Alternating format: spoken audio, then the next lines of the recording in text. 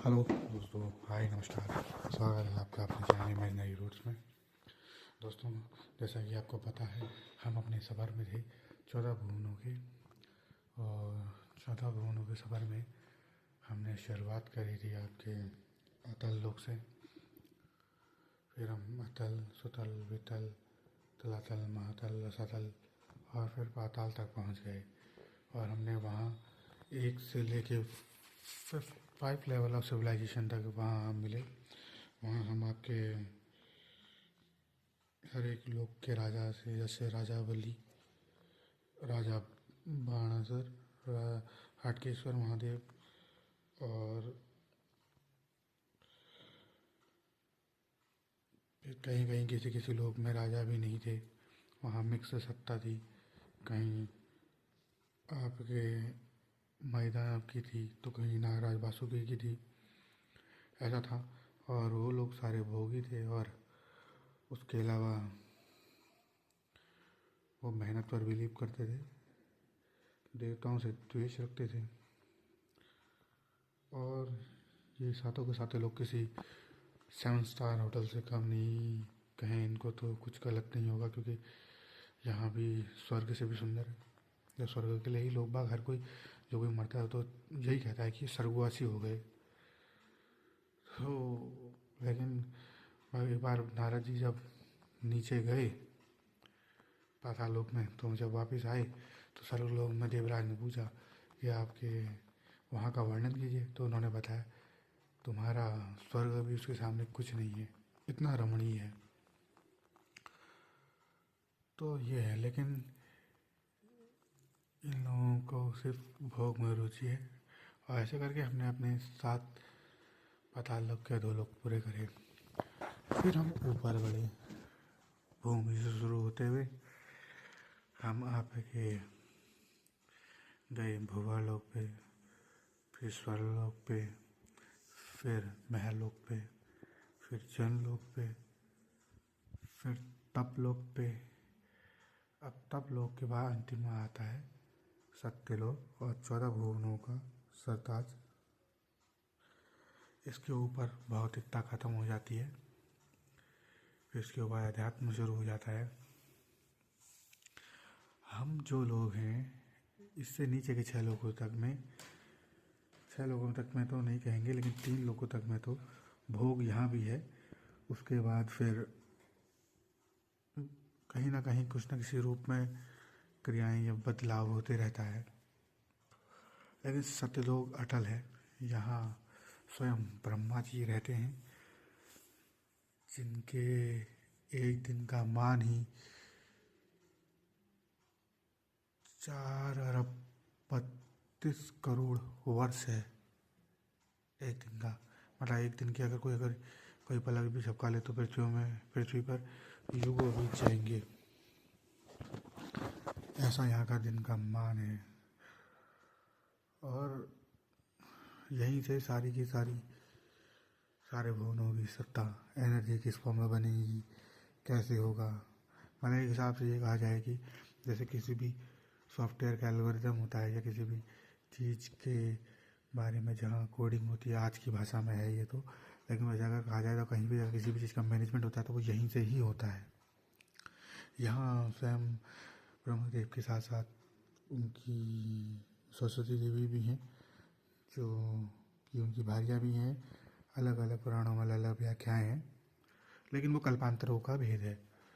तो उसके लिए तो आपको पढ़ना पड़ेगा, वेद पढ़ने पड़ेंगे, पुराण पढ़ने पड़ेंगे, उपनिषद पढ़ने पड़ेंगे, स्मृतियाँ, मीमांसाएँ, शास्त्र, धर्म ग्रंथ विभिन्न। बहरहाल जो मैं आपको जानकारी दे रहा हूँ वो भी आपके प्रमाणित ही है। यह जो भी मैं कह रहा हूँ, अगर इसको आप इन सब चीज़ों को अगर पढ़ते हैं तो आपको इसमें ये सब चीज़ें मिल जाएंगी। क्योंकि हमारे बीच में बहुत से गुप्त जानकार लोग भी हैं जो पढ़ते भी हैं, देखते भी हैं और रीड भी कर लेते हैं दूसरे का स्वभाव, दूसरे की सोच। तो लेकिन मेरा मकसद यहाँ पर सिर्फ और सिर्फ कोई गलत बात फैलाना नहीं, सिर्फ और सिर्फ नॉलेज स्प्रेड करना है, सिर्फ और सिर्फ ज्ञान बांटना है।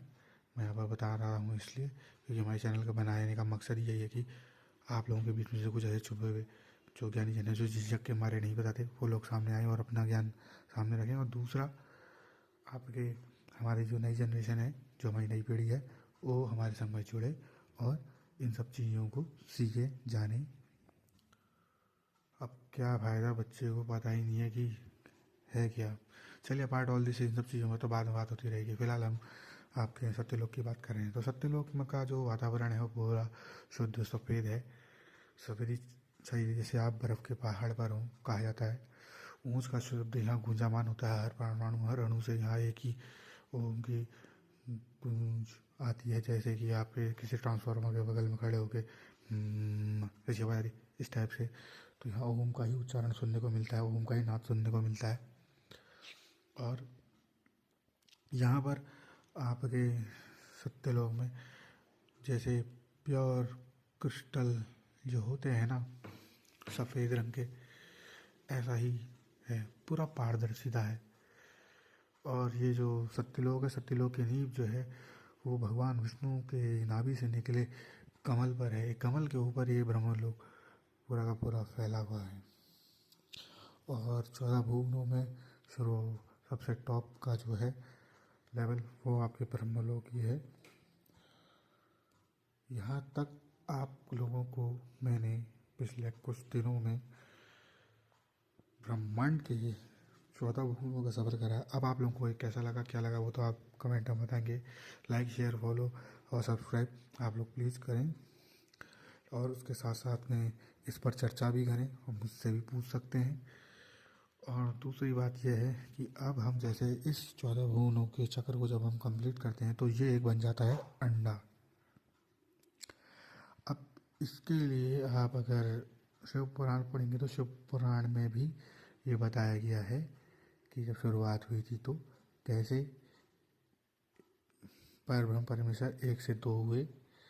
उसके बाद उनको उनके कार्यभार सौंपे गए। कार्यभार के लिए उन्होंने तप करा।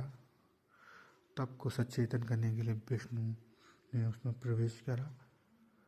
जो क्षीर सागर कहा जाता है वो इस ब्रह्मांड के अंदर ही मौजूद है। और इसके नीचे तल में आपके गर्भोदक सागर है। गर्भोदक सागर में भी शेषनाग जी के शैया पर आपके भगवान विष्णु सोए हैं। फिर एक कारणोदक सागर भी है जो पार ब्रह्म मतलब ऊपर वैकुंठ में है। तो वैकुंठ जाते वक्त में जब वहीं गए, वहाँ आपके हैं, वहाँ भी भगवान विष्णु सोए रहते हैं। वो उनका दिव्य स्वरूप है। हालांकि सारे स्वरूप ही दिव्य हैं, फिर उनमें भी एक लेवल आता है। जैसे श्री कृष्ण ने अर्जुन को दर्शन दिए थे अपने विराट स्वरूप के, ऐसे भगवान के अलग अलग स्वरूप हैं। हालांकि उनके 10 अवतार हैं, जैसे बताए जाते हैं, 24 महान अवतार हैं, ऐसे अलग अलग स्वरूप हैं। बहरहाल मैंने आज आपको सत्यलोक की पराकाष्ठा दी है। और अगर कहीं पर अगर मुझसे गलती हो तो उसके लिए मुझे क्षमा करें गुरुजन।